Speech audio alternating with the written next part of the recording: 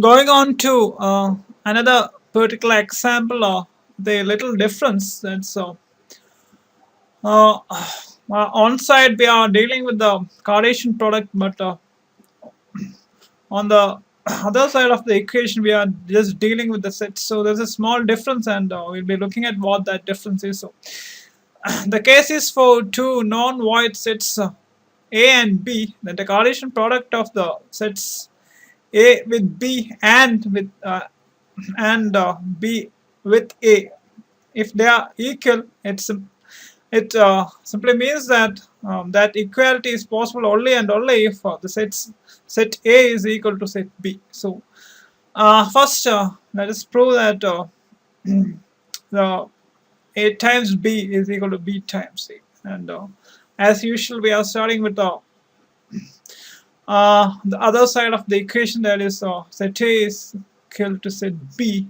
It simply means that it's quite simple. That is A times B equal to A times A, and B times A is equal to A times A. And we can see that as A times A, that is the Cartesian product of set A with itself is coming on both sides of the equation, so we can cancel out and take the other part, so it becomes the Cartesian product of the set A with B is equal to the reverse process, or that is the Cartesian product of set B with A.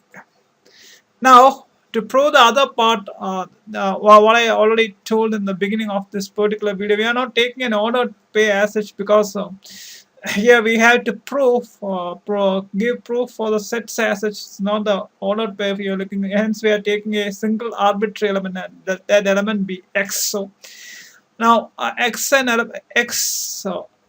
being an element of set A means that it implies that it's a part of the ordered pair naturally. So xb should be an element of the Cartesian product of A with B. For all B is an element of set B, which simply means that the reverse also should be true. That is, the ordered pair should also be an element of the Cartesian product of B and A, which implies that x also belongs to set B, and that means that set A is a subset of set B.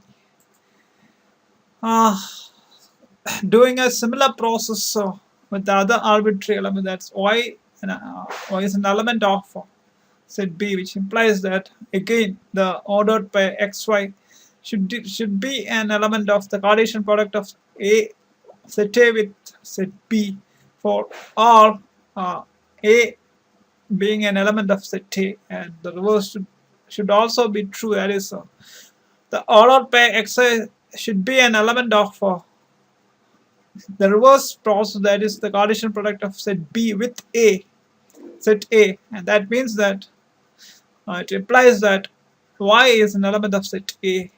So it means that set B is a subset of set A.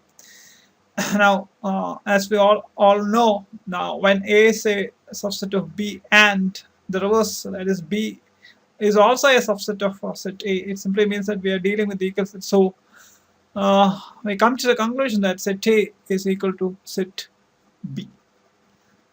Thank you.